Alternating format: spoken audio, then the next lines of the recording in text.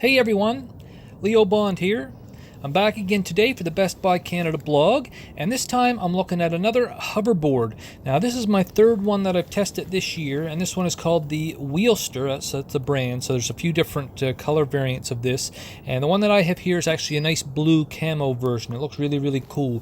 Now as for the features that this thing has, it's got your standard hoverboard type of stuff going on. It's got the auto leveling, for example, so that's where when you step onto the board kind of locks in a nice level position and the both sides kind of stay together so that it's a little bit easier to ride around on without falling off. And it's also got the built-in Bluetooth, so if you want to listen to music as you ride around, that's kind of cool. And of course lots of LED lights and that sort of thing flashing all over it as well. Now there are some differences though with this compared to some of the other boards that I've tested. For example, this is the first one that I've seen that has sort of a flexible rubbery covering or coating that's over the board itself. It's actually a removable cover, but I actually prefer to have it on there because it really protects the board from getting all scratched up and dirty and whatnot when you're out there riding it around. And another interesting thing that this one has is that it comes with a very nice hard shell plastic carrying case. It looks like a big toolbox kind of, and that's great if you're traveling, if you want to take it with you somewhere, or even if you're just going somewhere where you aren't allowed to actually ride the board and you have to kind of carry it through. So that's very handy.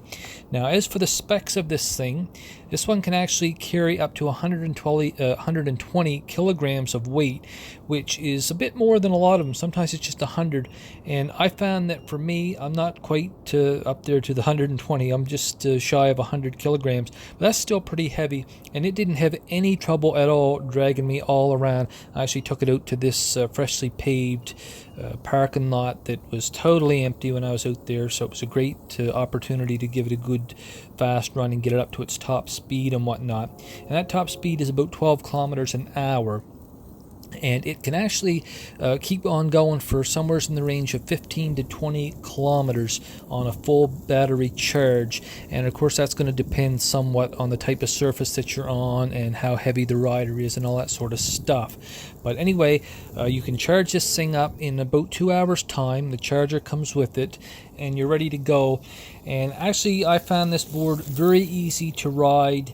I actually was doing almost some tricks there by the end of it, kind of spinning around and that sort of thing, and I got it up to probably close to its top speed. Kind of makes a little beeping sort of alarm sound, I guess, when you're going close to that top speed, probably to warn you that you're maybe getting a little too fast or whatever. But it's very easy to control, just your normal kind of leaning into turns and that sort of thing, or leaning back a little bit if you want to stop. It was very fun too, actually. I didn't hurt myself again. I'm 3 for 3 now, not hurting myself on these hoverboards, and I'm actually starting to get a little bit used to them. And I've got a couple more here to test as well in the next month or so.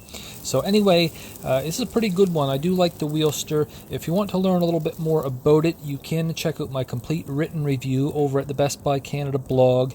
I've got more pictures and more details about what my experience was like testing it out and the different specs and whatnot. So do go ahead and check that out.